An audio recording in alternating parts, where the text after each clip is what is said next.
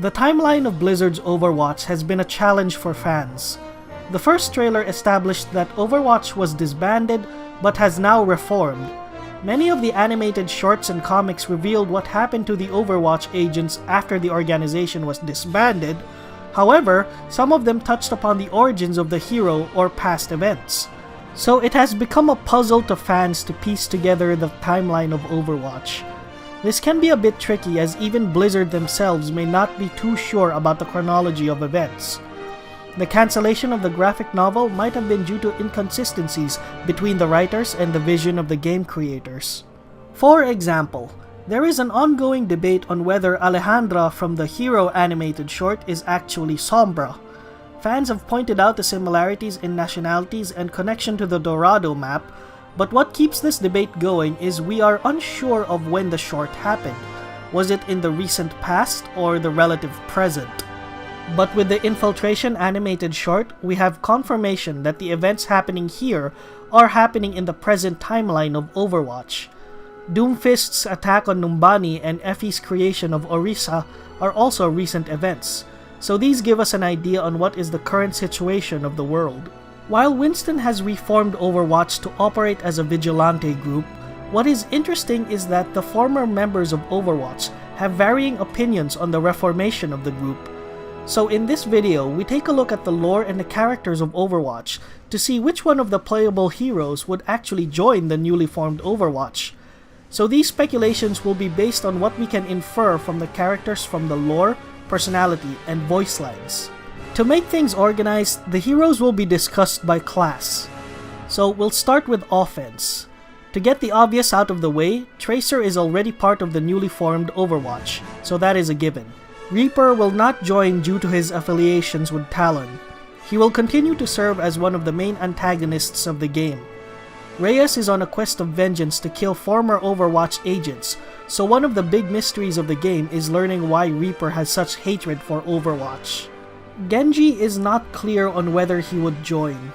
In one banter with Winston, he showed that while he is happy to see his old friend, he is very non-committal about continuing to work together. Genji, this is just like old times. Our paths cross for now. As to the future, we shall see. We are not sure what Genji's objectives were after Overwatch was disbanded, but he did say to his brother that the world is changing and it's time to pick a side. So while Genji knows there will be some kind of line drawn in the future, he is being vague to exactly what this is and where his allegiances lie. McCree is also not clear. Technically, he was never part of Overwatch since Blackwatch was a Black Ops group, though he does still seem to be friends with the other agents. However, from his comic, we see that he is still trying to do the right thing, even if he knows it will just land him in more trouble. McCree is a wanted criminal, and everyone seems to want to pin the crime on him. Although he wouldn't object to joining Overwatch, he also has no real motivation to as well. The only thing that could spur him would be the chance to settle things with his old mentor, Reaper. Pharah will most definitely join. Having grown up alongside the heroes and hearing their stories, it was her dream to join the illustrious organization. Even if the new group is unsanctioned and illegal, that would not deter her. Soldier 76 is unlikely to join. The war Morrison wages on now is with the forces that led to the destruction of Overwatch. A newly formed group will not bring him closer to his objectives. In addition, Morrison seems disillusioned with Overwatch, seeing no merit to bringing it back. Bring back Overwatch. What's the point? Sombra will probably join Overwatch. While she is affiliated with Talon, we see that she has her own side. She has her own objectives in trying to find the people that control the world. Just like Katya Volskaya, she would see Overwatch as another tool she could manipulate in helping her achieve her goals. So while she would join them covertly, whether she actually helps them is another matter. Moving on to defense, Widowmaker will not join Overwatch. Her loyalty to Talon is clear enough, and she will no doubt continue to serve as the main antagonist. Her mind has been warped to the point where she can only derive emotion from killing, which makes her very happy in her current role as an assassin. Mei will probably join. Having already been part of Overwatch, although part of the research division, May has devoted her life to protecting the planet.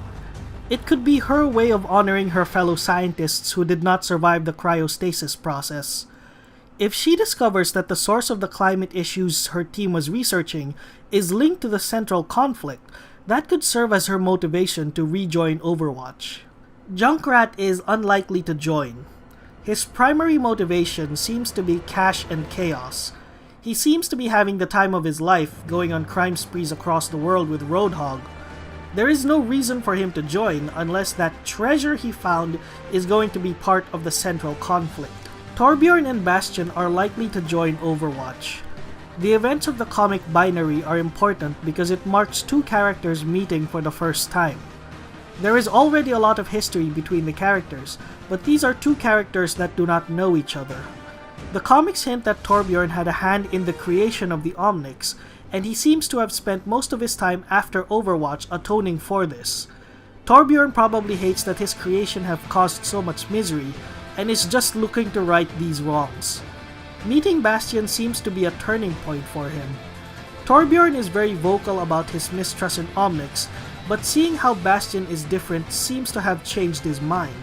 Torbjorn has taken a kind of caretaker role for Bastion, making sure the curious Omnic does not get into trouble. We also see how Bastion gets involved in the conflict. His animated short implied that he would have been happy to live out his existence in the forest, but now that Bastion has strayed far from his forests and exposed himself to the world, it is inevitable that people will be coming after Bastion. The only way Bastion and Torbjorn can avoid harassment and danger is if they join the new Overwatch. Hanzo is unclear. After abandoning his clan, Hanzo has been on the run from the many assassins that the Shimada clan has sent after him. He was doing this to atone for killing his brother, but after the Dragon's animated short, Hanzo knows his brother is alive. He is not exactly happy, and it is obvious that his feelings toward his brother is complicated. So Hanzo, like the others, has no reason to accept or refuse Overwatch. It is all going to be a matter of what he stands to gain from joining. On to tanks. Obviously Winston will join. He is the one that initiated the recall to begin with. Reinhardt will definitely join Overwatch. We can see in his comic that he is still striving to right the wrongs in this world, even in his old age.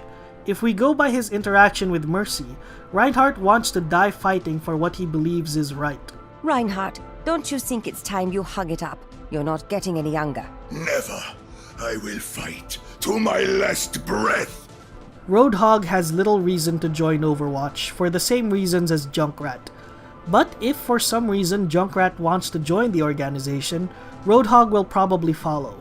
Until that happens, he has no reason to. Zarya will not join Overwatch. Her priorities seem to be safeguarding her country. She has little interests in the conflict outside of her country's borders. If she can be convinced that the best way for her to protect her country is to join Overwatch, then that will be her motivation to join. Diva is likely to join. She has no reason to join Overwatch, but we do still see her promoting herself in everything. From her live streaming, endorsements, and film career, she has become something of a celebrity. Even Reinhardt is a fan.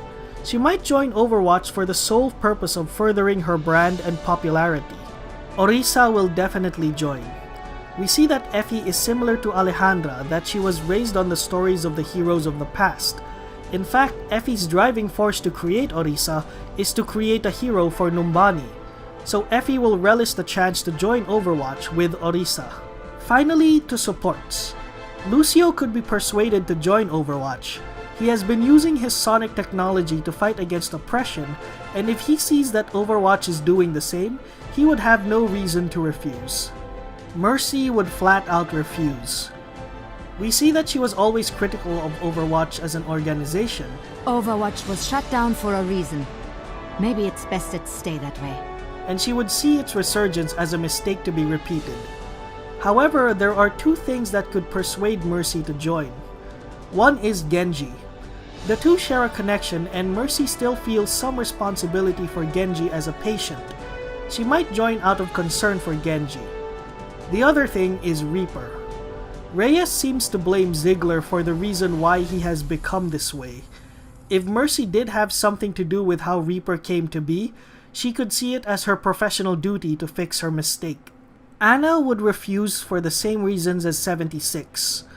However, if she sees that her daughter is being targeted because of her affiliations with Overwatch, she might be compelled to join to watch out for Fariha.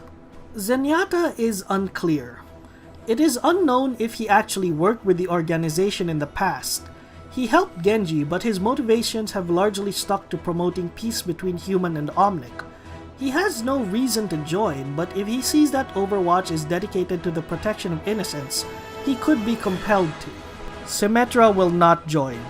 She would see the newly formed Overwatch as a destabilizing factor in a world that was already in chaos. The only thing that would convince her otherwise is if she sees that Vishkar is not working towards the common good, but have other agendas in mind. Until she sees that, she might even work against the organization. So there you go. These are my speculations on who would join the newly formed Overwatch. Once again, these are just based on what we can infer from the little lore we know about the characters. Thanks for watching. If you have some thoughts about this, let me know. I would love to hear your ideas. Until our paths cross again, farewell.